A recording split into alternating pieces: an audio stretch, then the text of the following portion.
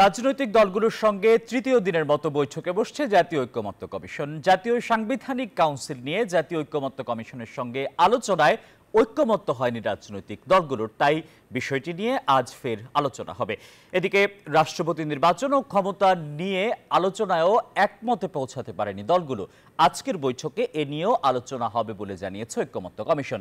এ বৈঠকে অংশ নিচ্ছে বিএনপি, এনসিপি সহ ৩০টি রাজনৈতিক দল।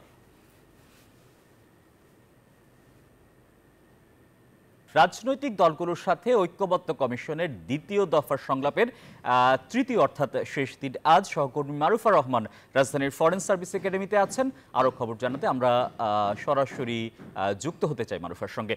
মারুফা, আজ শেষ দিন। গত 2 দিনে আমরা দেখেছি যে রাজনৈতিক দলগুলোর পক্ষ থেকে এক ধরনের হতাশার কথা, কেউ কেউ বৈঠক বর্জন করেছেন এবং অনেকগুলো গুরুত্বপূর্ণ ইস্যুতে এখন পর্যন্ত রাজনৈতিক দলগুলো কোনো ঐক্যমতে পৌঁছাতে পারেনি। ফলে আজকের দিনটি বেশ গুরুত্বপূর্ণ জাতীয় ঐক্যমত্য কমিশনের জন্য। কোন এজেন্ডা সবচেয়ে বেশি গুরুত্ব পাবে এবং সবগুলো রাজনৈতিক দল অংশ নিচ্ছে কিনা?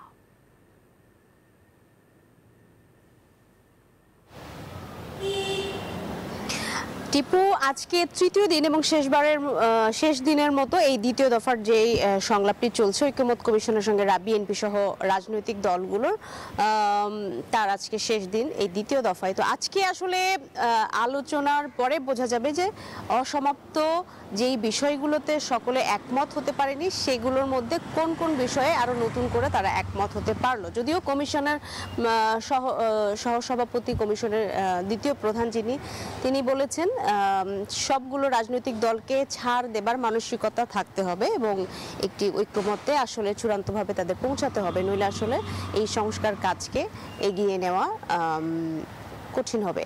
গতকালকে আপনি দেখেছেন 2টি রাজনৈতিক দল ওয়াক আউট করেছিল। এটিকে রাজনৈতিক গণতান্ত্রিক পরিবেশের সৌন্দর্য বলে কিন্তু কমিশনের যারা রয়েছেন তারা বলেছেন, অন্যান্য রাজনৈতিক দল তারাও বলেছেন এই কথা। বিশেষ করে গতকালকে সিপিবি এবং গণফোরাম ওয়াকআউট করেছিল। প্রথম দিন কিন্তু জামায়াত প্রতীকী বয়কট করেছিল এবং দ্বিতীয় দফায় জামায়াত আবার এসেছিল, তবে কারণটি কিন্তু আনুষ্ঠানিকভাবে জামায়াতের পক্ষ থেকে এখনো বলা হয়নি। তো সব মিলিয়ে বিভিন্ন রাজনৈতিক মত দ্বিমতের মধ্যে দিয়ে ঐক্যমত্য কমিশনের বৈঠক চলছে।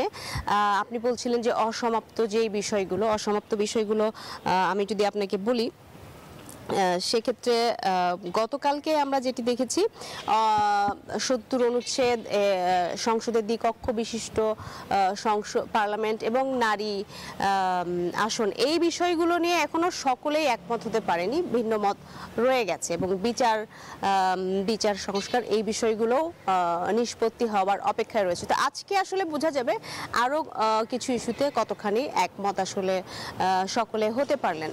তো সব মিলিয়ে আর কিছুক্ষণের মধ্যেই আজকের যে বৈঠকটি সেটি শুরু হয়ে যাবে। কমিশনের সদস্যরা ইতিমধ্যে আসা শুরু করেছে, তবে রাজনৈতিক দলের কাউকে আমরা এখনো পর্যন্ত দেখিনি, যেহেতু 11টার সময় আসলে বৈঠকটি শুরু হওয়ার কথা।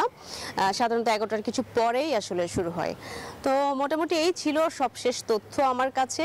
আজ কেউ ওয়াকআউট করে কিনা, দ্বিমতের আসলে কোন পর্যায়ে যায়, যদিও আয়োজকরা বলছে, কমিশনের সদস্যরা বলছে এটি গণতন্ত্রের সৌন্দর্য এবং সংসদের যে অভাব বিগত কিছুদিন ধরে সেটি আসলে প্রতীয়মান হচ্ছে। তো মোটামুটি এই ছিল সবশেষ তথ্য আমার কাছে। ফরেন সার্ভিস একাডেমি থেকে আসিফ। বান্ডেল থাকলে প্রতি সেনমানিতে টাকা বাঁচবে। বিকাশ সেনমানি বান্ডেল কিনে জিতুন প্রতি লেনদেনে।